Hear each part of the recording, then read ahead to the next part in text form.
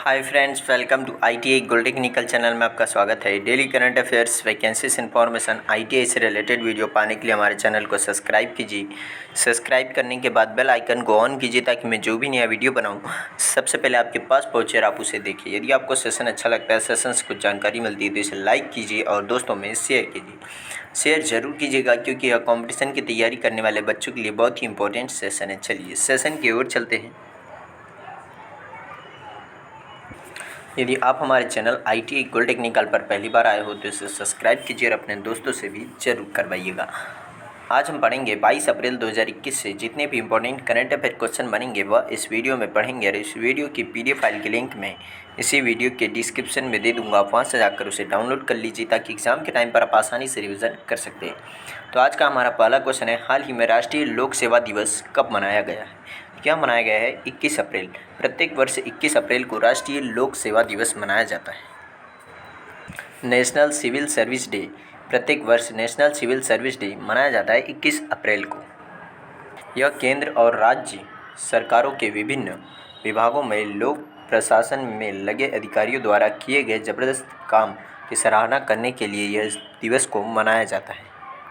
भारत सरकार ने 21 अप्रैल को राष्ट्रीय लोक सेवा दिवस के रूप में चुना था क्योंकि इस दिन देश के पहले गृह मंत्री सरदार वल्लभ भाई पटेल ने 1947 में नवनियुक्त प्रशासनिक सेवा अधिकारियों को संबोधित किया था और यह ऐतिहासिक कार्यक्रम दिल्ली के मेटकाफ हाउस में हुआ था। और अपने संबोधन में उन्होंने लोक सेवकों को स्टील फ्रेम ऑफ इंडिया कहा था। क्या कहा था? Steel frame of India. और सरदार वल्लभ भाई पटेल को लौह पुरुष कहा जाता है। तो इस क्वेश्चन का राइट आंसर है ऑप्शन नंबर ए, इसका राइट आंसर है। चलिए नेक्स्ट क्वेश्चन की ओर चलते हैं। नेक्स्ट क्वेश्चन है, हाल ही में किसने सैनिकों के लिए ऑक्सीजन वितरण प्रणाली विकसित की है? तो इस क्वेश्चन का right answer option number D, DRDO. DRDO ने अभी सैनिकों के लिए ऑक्सीजन वितरण प्रणाली विकसित की है। यही वह ऑक्सीजन वितरण प्रणाली है जिसे विकसित किया अभी डीआरडीओ ने। तो अब बात कर लेते हैं डीआरडीओ की। डीआरडीओ का पूरा नाम है डिफेंस रिसर्च डेवलपमेंट ऑर्गेनाइजेशन। इसका फुल फॉर्म है, इसे हिंदी में कहते हैं रक्षा अनुसंधान एवं विकास संगठन। और इसकी स्थापना की गई थी 1958 में और इसका मुख्यालय है डीआरडीओ भवन, नई दिल्ली में। और इसके प्रेजेंट टाइम पर अध्यक्ष है डॉक्टर जी सतीश रेड्डी। और डीआरडीओ का आदर्श वाक्य है बलस्य मूलम विज्ञानम। क्या है? बलस्य मूलम विज्ञानम। इस क्वेश्चन का राइट आंसर है ऑप्शन नंबर डी। चलिए नेक्स्ट क्वेश्चन की ओर चलते हैं। नेक्स्ट क्वेश्चन है, हाल ही में बच्चों की नई पुस्तक द क्रिसमस पिग जे.के. रोलिंग कब लॉन्च होगी? तो इस क्वेश्चन का राइट आंसर है ऑप्शन नंबर बी, अक्टूबर 2021। अक्टूबर 2021 में बच्चों की नई पुस्तक द क्रिसमस पिग जे.के. रोलिंग लॉन्च होने जा रही है। यही है वह पुस्तक जो अक्टूबर 2021 में लॉन्च होने जा रही है, द क्रिसमस पिग जे.के. रोलिंग। शरद ऋतु में जे.के. रोलिंग एक नई किताब आने वाली है जिसमें सभी नए पात्रों के साथ बच्चों की उत्सव संबंधी कहानी जैक नाम के एक लड़के और उसके खिलौने डर पिग की है जो क्रिसमस की पूर्व संध्या पर लापता हो जाता है। यह पुस्तक दुनिया भर में 12 अक्टूबर को रिलीज होने वाली है। The Christmas pig Harry Potter के बाद से रोलिंग का पहला बच्चों का उपन्यास है। यह किसने लिखी पुस्तक? तो जे.के. रोलिंग ने। तो इस क्वेश्चन का right answer option number B. चलिए नेक्स्ट क्वेश्चन की ओर चलते हैं। नेक्स्ट क्वेश्चन है, हाल ही में पंजाब कब तक हर घर जल वाला राज्य बन जाएगा? तो इस क्वेश्चन का right answer option number A, 2022। 2022 तक पंजाब अपने राज्य के सभी घरों तक जल पहुंचा देगा, यानी कि हर घर जल योजना पूर्ण हो जाएगी 2022 तक। पंजाब राज्य ने योजना के अनुसार 2022 तक हर घर जल लक्ष्य को प्राप्त करने के लिए राज्य की प्रतिबद्धता को दोहराया है। और पंजाब में 34.73 लाख ग्रामीण परिवार है जिनमें 25.88 लाख में नल के पानी की आपूर्ति है।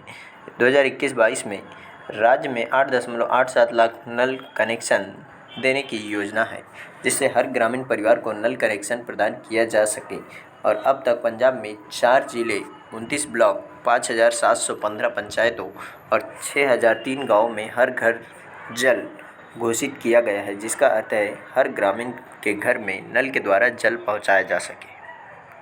और पंजाब का गठन किया गया था 1 नवंबर 1966 को और यहाँ के राज्यपाल है वीपी सिंह बदनौर यानी कि विजेंद्र पाल सिंह बदनौर। और यहाँ पर मुख्यमंत्री है अमरिंदर सिंह जो कांग्रेस पार्टी से। और यहाँ पर विधानमंडल में एक सदनी है यानी कि विधानसभा जिसमें 117 सीटें। अब बात कर लेते हैं पंजाब राज्य की सीमा की। तो पंजाब राज्य की सीमा लगती है पाकिस्तान से और जम्मू कश्मीर से, हिमाचल प्रदेश से, चंडीगढ़ से, हरियाणा से और राजस्थान से। इन राज्यों से पंजाब राज्य की सीमा लगती है। तो इस क्वेश्चन का राइट आंसर हो जाएगा ऑप्शन नंबर ए इसका राइट आंसर है। चलिए नेक्स्ट क्वेश्चन की ओर चलते हैं। नेक्स्ट क्वेश्चन है हाल ही में डिजिटल भुगतान संभालने के लिए एलआईसी ने किसके साथ साझेदारी की है? तो एलआईसी ने साझेदारी की है अभी पेटीएम के साथ में। तो इसका right answer option number B. बात कर लेते हैं एलआईसी और पेटीएम की। तो एलआईसी के प्रेजेंट टाइम पर अध्यक्ष है एमआर कुमार और इसका मुख्यालय है मुंबई में। कहाँ पर है? महाराष्ट्र की राजधानी मुंबई में। और इसकी स्थापना की गई थी 1 सितंबर 1956 को। और पेटीएम का मुख्यालय है नोएडा उत्तर प्रदेश। कहाँ पर है? नोएडा उत्तर प्रदेश। और इसके संस्थापक एंड सीईओ हैं विजय शेखर शर्मा। कौन है? विजय शेखर शर्मा। पेटीएम की स्थापना की गई थी सन 2009 में। तो इस क्वेश्चन का राइट आंसर हो जाएगा ऑप्शन नंबर बी इसका राइट आंसर है। चलिए नेक्स्ट क्वेश्चन की ओर चलते हैं। नेक्स्ट क्वेश्चन है हाल ही में दुनिया का पहला जलवायु परिवर्तन कानून किस देश ने बनाया है? तो इस क्वेश्चन का right answer option number B New Zealand. New Zealand ने अभी दुनिया का पहला जलवायु परिवर्तन कानून बनाया है। न्यूजीलैंड सरकार ने वित्तीय फर्मों से पूछते हुए कि उनके व्यवसाय जलवायु परिवर्तन को कैसे प्रभावित करते हैं पर्यावरणीय जवाबदेही की मांग करने वाला कानून लागू करने वाला दुनिया का पहला देश बनने वाला है। इसका उद्देश्य देश के 2050 तक कार्बन न्यूट्रल बनने के लक्ष्य को प्राप्त करने की दिशा में किए जा रहे प्रयासों के साथ वित्तीय क्षेत्र को जोड़ना है। न्यूजीलैंड की प्रधानमंत्री है जैसिंडा अर्डन। कौन है? Jacinda Ardern. और न्यूजीलैंड की राजधानी है वेलिंगटन। क्या है? वेलिंगटन यहाँ की राजधानी है। न्यूजीलैंड की मुद्रा है न्यूजीलैंड डॉलर। क्या है? न्यूजीलैंड डॉलर यहाँ की मुद्रा है। तो इस क्वेश्चन का right answer option number B. चलिए नेक्स्ट क्वेश्चन की ओर चलते हैं। नेक्स्ट क्वेश्चन है हाल ही में विश्व प्रेस सूचकांक स्वतंत्रता सूचकांक 2021 में भारत का स्थान क्या है? तो इसमें भारत का स्थान है 142वां। तो इसका right answer option number B. अभी हाल ही में यह आंकड़े जारी किए गए हैं 2021 की नवीनतम विश्व प्रेस सूचकांक के अनुसार 2021 में 180 देशों में से भारत को 142वां स्थान मिला है। और भारत 2020 में भी 142वें स्थान पर ही था। नॉर्वे 5वें वर्ष के लिए अपना शीर्ष स्थान बरकरार रखा है यानी कि नॉर्वे इसमें पहले स्थान पर है। और इसके बाद है फिनलैंड और डेनमार्क क्रमशः दूसरे और तीसरे स्थान पर, यानी कि फिनलैंड दूसरे स्थान पर और डेनमार्क तीसरे स्थान पर है इसमें। और इरिट्रिया सूचकांक के सबसे निचले स्थान पर है 180वें स्थान पर। कौन सा देश? इरिट्रिया। तो इस क्वेश्चन का right answer option number B. चलिए नेक्स्ट क्वेश्चन की ओर चलते हैं। नेक्स्ट क्वेश्चन है हाल ही में मिगेल डियाज कैनेल किस देश के नए राष्ट्रपति बने हैं? तो इस क्वेश्चन का राइट आंसर है option number D Cuba. Cuba के नए राष्ट्रपति बन गए हैं मिगेल डियाज कैनेल। यही है मिगेल डियाज कैनेल जो क्यूबा के नए राष्ट्रपति बने हैं। क्यूबा को चीनी का कटोरा भी कहा जाता है। राउल कास्त्रो यहाँ के इनके पहले राष्ट्रपति थे। उन्होंने इस्तीफा दे दिया और इस्तीफा के बाद मिगेल मारियो डियाज कैनेल को आधिकारिक रूप से कम्युनिस्ट पार्टी ऑफ क्यूबा के पहले सचिव के रूप में शपथ दिलाई गई है। और कम्युनिस्ट पार्टी के सचिव क्यूबा की रूलिंग पार्टी में सबसे शक्तिशाली पद है। और डियाज कैनेल अब क्यूबा के 2 सबसे महत्वपूर्ण पद संभाल रहे हैं। वह पार्टी के प्रमुख और राज्य के अध्यक्ष हैं। क्यूबा की राजधानी है हवाना। और क्यूबा उत्तरी अमेरिका का एक देश है। और यहाँ पर मुद्रा चलती है क्यूबा पीसो। क्या है यहाँ की मुद्रा? पेसो। तो इस क्वेश्चन का राइट आंसर हो जाएगा ऑप्शन नंबर डी इसका राइट आंसर है।